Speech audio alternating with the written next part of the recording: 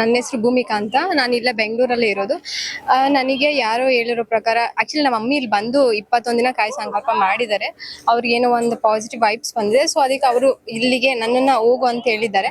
But ನಾನೇನು ಕಾಯಿ ಸಂಕಲ್ಪ ಏನು ಮಾಡ್ಕೊಂಡಿಲ್ಲ. ಸದ್ಯಕ್ಕೆ ಏನಂತ ಹೇಳ್ತಾರೆ, ದೀಪ ಹಚ್ತಾ ಇದ್ದೀನಿ. ಬಟ್ ನನಗೆ ಸರ್ಟಿಫಿಕೇಟ್ ಎಕ್ಸ್ಪೀರಿಯನ್ಸ್ ಲೆಟರ್ ಬೇಕಂತ ನಾನು ಕೇಳ್ಕೊಂಡಿದ್ದೆ, ನನಗೆ ಸಿಕ್ಕಿದೆ. ಯಾರಾದರೂ ಕೆಲ್ಸಕ್ಕೆ ಏನಾದರೂ ಸರ್ಟಿಫಿಕೇಟ್ಗೆ ಏನಾದರೂ ಇದು ಮಾಡ್ಕೊಂಡಿದ್ರೆ ರಾಯರ ಹತ್ರ ಬಂದು ಪ್ರಾರ್ಥನೆ ಮಾಡ್ಕೊಂಡ್ರೆ ಸಿಗುತ್ತೆ. ಅವ್ರನ್ನ ನಂಬ್ಕೊಂಡು ಬಂದ್ರೆ ಸಾಕು. ಆಕ್ಚುಲಿ ನಂಬ್ಕೊಂಡು ಬಂದ್ರೇನೆ ಎಲ್ಲ ಆಗುತ್ತೆ.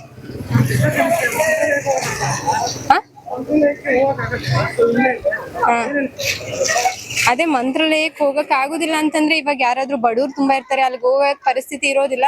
ಸೊ ಅವ್ರು ಯಾರಾದ್ರೂ ಇಲ್ಲಿ ಬಂದು ವಿಸಿಟ್ ಮಾಡೋದು